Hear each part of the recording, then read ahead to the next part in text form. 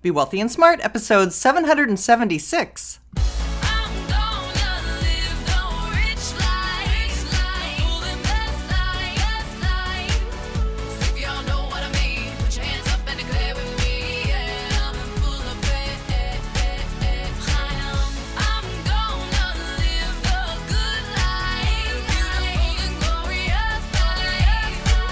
Step into a world of wealth and financial freedom without budgets, boredom, or bosses on Be Wealthy and Smart. And now, here's your host, Linda P. Jones. Welcome to Be Wealthy and Smart. I'm Linda P. Jones, America's Wealth Mentor, empowering women and men worldwide to financial freedom. On today's show, we're going to talk about the Volatility Continues.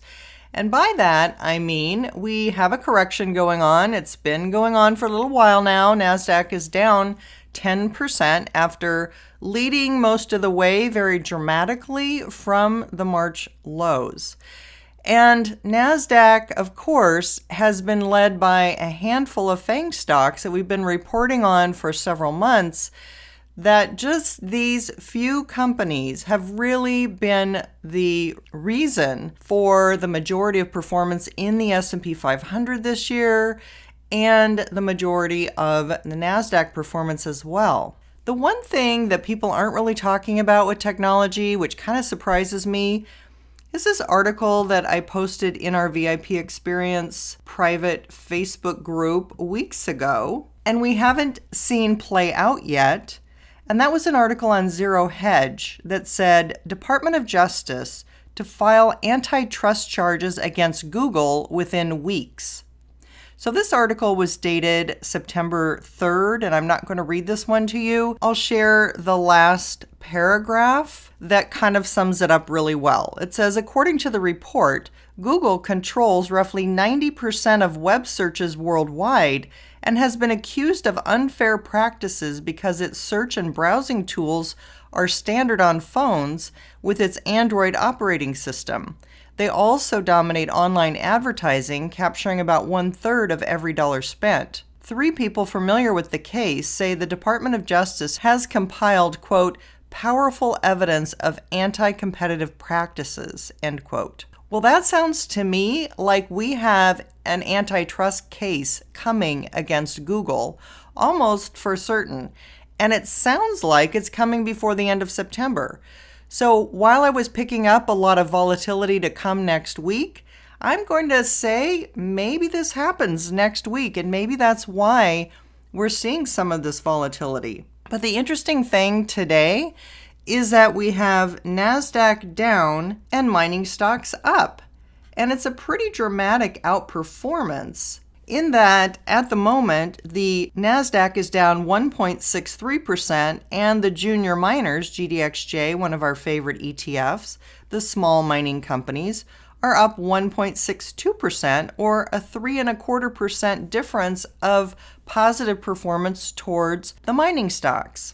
Silver and gold spot prices are looking like they want to break out as well. Their chart formations are looking very positive. So we've got metals going up, we've got technology going down, and we have the dollar getting stronger. So the dollar looks like it also wants to have a major rally here. So we could have precious metals going up at the same time the dollar's going up, which happens sometimes, but it's not always the way it goes. Very often the dollar will go down and metals will go up. So we're setting up for what sounds to me like people running for safety next week, where the dollar goes up, people run to safety, and that's the dollar, and metals going up. So people running away from fiat currencies, or sometimes just from the market dropping, metals can go up. Remember in 2008, gold was the only positive asset class that year when the market was down sharply, just about everything else was down. Gold was up that year. This volatility looks like it's going to heat up next week. Another reason why metals might be getting more of a bounce here and an upcoming bounce is the Federal Reserve had a meeting this week and vowed to keep interest rates low into 2025. We also have another stimulus plan being talked about, which could mean more debt creation. So all of these things are very positive for precious metals.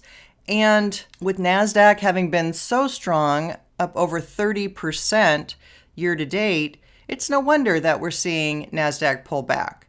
Now, do I think this is the end of the technology run? Absolutely not. Of course, technology will come back and we'll go on to new highs. Even though on the last podcast, I told you my news cycle that I'm very excited about is in healthcare, which I am, and I think we're in the very early stages of that happening.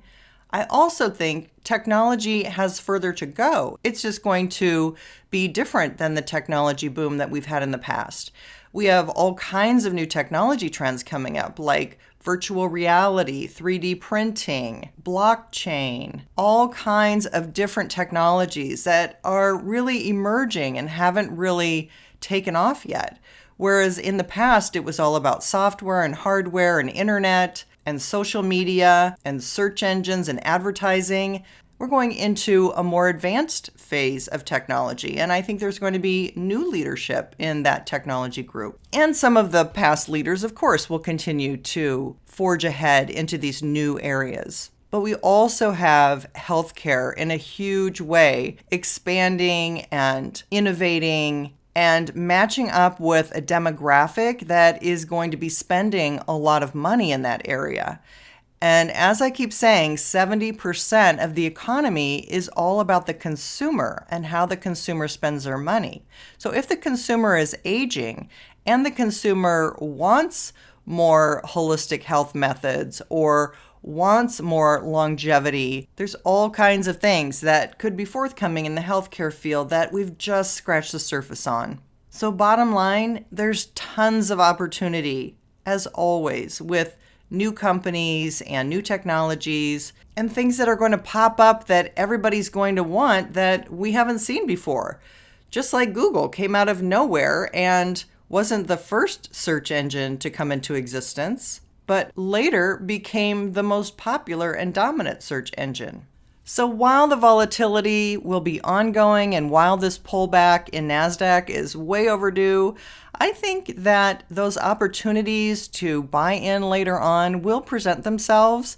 It seems like people run away from stocks being on sale, as Warren Buffett says, instead of embracing stocks on sale. So this is a buying opportunity that people were hoping for the whole time that Nasdaq kept going up, with hardly a break and hardly a pullback along the way. And now we're getting that pullback, and I'm not sure people are viewing this as a buying opportunity, but I'm going to encourage you to look at it as a buying opportunity. I wouldn't buy in too early. There were huge gains this year, and this may be a sharp pullback, sharper than what we've seen already. But I've yet to see a lot of fear out there. I've yet to hear people throwing in the towel or saying that they're giving up on Apple, or I haven't seen that out in social media. And I don't think that we've seen a bottom in Nasdaq until I start hearing people doing that. So we always watch for that sentiment of what people are feeling. Is it more fearful or is it more greedy? Right now, we're still high on the greed chart. Once people move more toward the fear side, that's where the market can find a bottom and buying opportunities can be had. So we'll look at next week and see what happens. But what I would imagine is more weakness in Nasdaq, more strength in metals and the dollar. So we'll be watching for that and watching for special opportunities as they present themselves. One thing I would encourage you to do is to review your asset allocation. Make sure that you're balanced in your risk tolerance with your large cap, mid cap, small cap, international portfolio, etc. And if you'd like to learn more about asset allocation, I do have some podcasts in my wealth mentoring library on my website at lindapjones.com/podcasts.